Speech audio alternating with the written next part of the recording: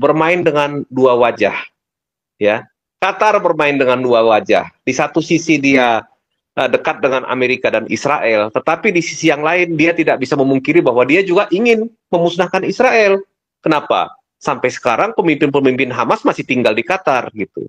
Tetapi kalau misalkan Amerika ada kerjasama militer dengan Israel, bahkan pangkalan militer terbesar Amerika di Timur Tengah adalah di Qatar, dia nggak akan membiarkan Amerika itu menarik diri dari Qatar, menarik atau menutup pangkalannya di sana untuk dipindahkan ke Uni Emirat Arab atau ke yang lain. Kenapa?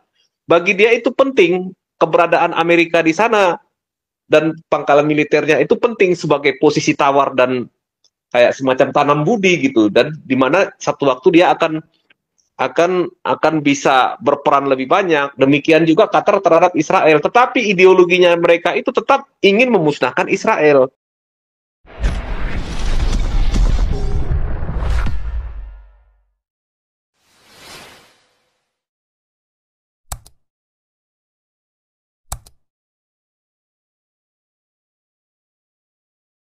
Itu akan membuat semakin bodoh dan semakin miskin. Begitu kira-kira Pak Teddy. Silakan Pak Teddy atau yang lain melanjutkan. Terima kasih Pak Tompung. Memang analisa saya dari dulu itu ya. Tapi orang tidak memahami sejauh itu adalah mereka digunakan sebagai salah satu komoditi yang istilah boleh dipanjangkan, dipelesetkan sebagai komoditi non migas. Salah satu yang dipergunakan oleh kelompok-kelompok yang coba-coba jadi penengah di dalam pertikaian ini. Mereka mencari keuntungan di tempat itu. Itulah kalau saya bilang kecerdasan kita berpikir tajam, itu suatu kebenaran yang sejati. Mereka yang menggunakan tadi salah satu komoditi non migas daripada kelompok-kelompok ini. Mau di negara-negara yang saya bilang, yang negara-negara yang maju ataupun negara-negara seperti Indonesia dan negara-negara Arab dan negara-negara Islam lainnya.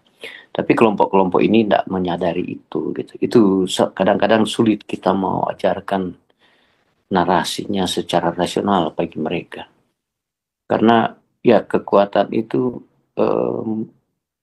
yang mereka pegang itu doktrinnya itu, dan kesadaran dari dirinya mereka sudah tidak mampu itu untuk menganalisa sejauh itu, karena doktrinnya itu sudah ada garis yang tidak boleh keluar daripada doktrinnya itu, ajarannya itu, teman-teman.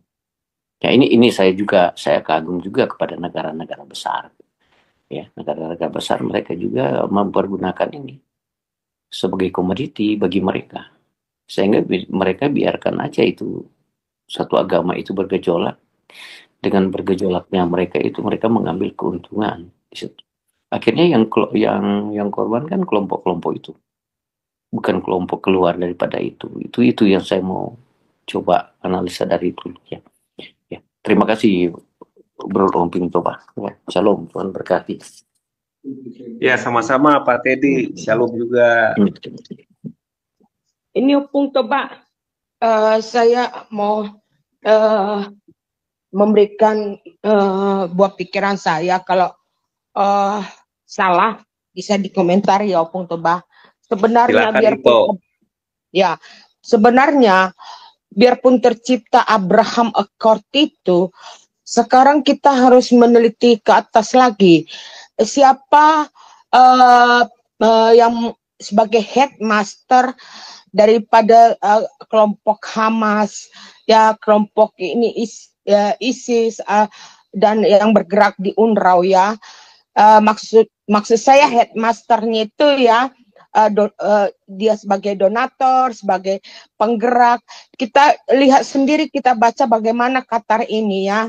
Jadi saya pikir selama Qatar menjadi di belakang semua ini, karena Qatar sendiri dengan Arab itu kan udah lama bertikai mereka. Ini kan abang adik istilahnya kan mereka ini.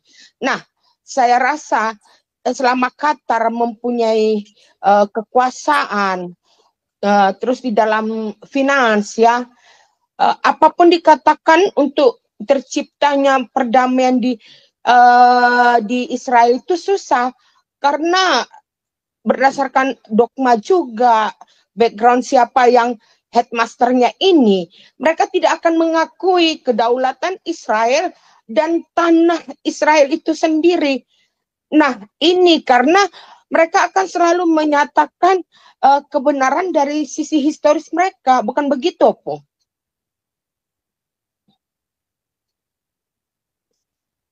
Opung Toba. Ya, gimana itu? Sorry tadi agak gimana pertanyaannya itu? Gimana? Maksud saya, walaupun akan terjadi seperti Abraham Accord, perdamaian di Israel, tapi kalau headmaster di dalam pertikaian di sana itu, ya, yang memegang kekuasaan baik di finans, baik di dalam pergerakan Hamas, UNRWA ini, itu susah tercipta perdamaian di sana. Dan ini kita tahu kan headmasternya itu Qatar. Sementara Qatar dengan Arab sendiri itu abang beradik bentrokan udah jauh-jauh hari, sudah selalu mereka bentrokan, berbeda ideologi, berbeda apa ya, tujuan. Ini kan Qatar kan di belakang semua intrik-intrik yang terjadi di Israel itu juga, Opung Toba, bukan begitu? Iya, jadi salah satu situasi politik di Timur Tengah ini memang kompleks. Jadi ibaratnya kita tidur satu tempat tidur, tapi kita masing-masing pegang pisau sebagai senjata gitu. Jadi rata-rata mereka ini bermain dengan dua wajah, ya. Qatar bermain dengan dua wajah. Di satu sisi dia dekat dengan Amerika dan Israel, tetapi di sisi yang lain dia tidak bisa memungkiri bahwa dia juga ingin memusnahkan Israel. Kenapa? Sampai sekarang pemimpin-pemimpin Hamas masih tinggal di Qatar gitu. Tetapi kalau misalkan Amerika ada kerjasama militer dengan Israel, bahkan pangkalan militer terbesar Amerika di Timur Tengah adalah di Qatar, dia nggak akan membiarkan Amerika itu menarik diri dari Qatar, menarik atau menutup pangkalannya di sana untuk dipindahkan ke Uni Emirat Arab atau ke yang lain. Kenapa? Bagi dia itu penting keberadaan Amerika di sana dan pangkalan militernya itu penting sebagai posisi tawar dan kayak semacam tanam budi gitu, dan di mana satu waktu dia akan bisa berperan lebih banyak. Demikian juga Qatar terhadap Israel. Tetapi ideologinya mereka itu tetap ingin memusnahkan Israel.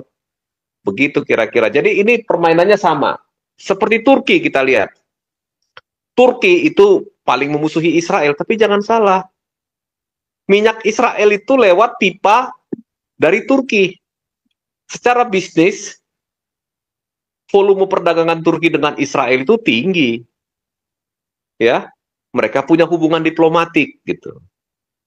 Demikian juga dengan Saudi Arabia, walaupun dia belum menandatangani Abraham Accord, tetapi hubungan dagang di antara kedua bangsa ini juga tinggi, ya, hubungan ekonomi ya gitu ya.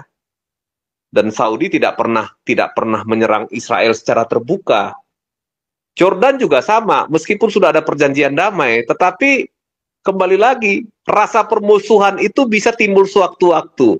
Kalau misalkan musuhnya dianggapnya sudah semakin lemah, misalkan Israel makin lemah, maka itu bisa berubah. Yang tadinya kooperatif atau bisa berkohabitasi dengan Israel, tinggal bersama dengan Israel, maka mereka akan menyerang Israel satu waktu secara bersama-sama. Tinggal tunggu waktu selama ideologinya masih hidup gitu. Nah, jadi memang politik di Timur Tengah ini nggak bisa hitam dan putih. Semuanya serba abu-abu. Jadi antara teman dengan lawan itu bisa berbarengan. Nah, Qatar memang belum menandatangani Abraham Accord, tetapi banyak kegiatan-kegiatan Israel maupun Amerika itu banyak yang difasilitasi oleh Qatar. Makanya kalau kita lihat ke depannya ini bagaimana di zaman Trump ini, apakah Abraham Accord akan berlanjut? Ya kalau misalkan nggak berlanjut, ya tentunya perdamaian akan masih jauh gitu. Tapi kalau dia berlanjut, mungkin akan semakin dekat gitu ya. Meskipun kita tahu ideologi ideologi dominasi, ideologi penguasaan, baik itu yang dibungkus oleh agama ataupun tidak dibungkus oleh agama, itu akan bisa bertahan kalau dia berhasil. Kalau dia gagal akan ditinggalkan oleh penganutnya gitu. Suatu pikiran, suatu ide itu akan ditinggalkan kalau memang ide ini nggak terbukti nggak ampuh, tidak efektif gitu. Begitu. Dan sekarang ya kita lihat banyak kan yang sudah mulai menyadari, makanya banyak yang tadinya yang dibahas itu sama Pak Paul itu yang ngaku-ngaku moderat. Meskipun demikian, tetap nggak bisa dipercaya. Karena ini akan selalu tampil dengan dua wajah. Untuk menutupi wajah asli yang sebenarnya dari ideologi tersebut. Tapi ya oke lah. Kita tetap akan memberikan respect terhadap hal ini. Kenapa? Karena ada upaya untuk hidup bersama secara damai. Nah, jadi kira-kira begitu itu. Ya kita lihatlah. Saya kurang sedikit kurang puas bisa itu penjelasan setelah saya kasih pendapat saya ya. Karena gini itu ya, Turki itu memang dua kaki, Arab itu dua kaki ya. Qatar memang mereka mempunyai hubungan bisnis dengan Amerika dengan luar ya. Tetapi mereka mempunyai ideolog memang radikal. Sementara Arab dan Turki sendiri dua kaki itu Eropa tahu. Makanya Turki mau masuk European Union tetap tidak diterima karena udah jelas itu. Tapi makanya saya bilang headquarternya itu Qatar. Karena di sanalah tempat penyimpanan mereka. Nah, yang menjadi polemik ini Qatar itu sendiri maksud saya itu. Ya, tapi nggak bisa juga.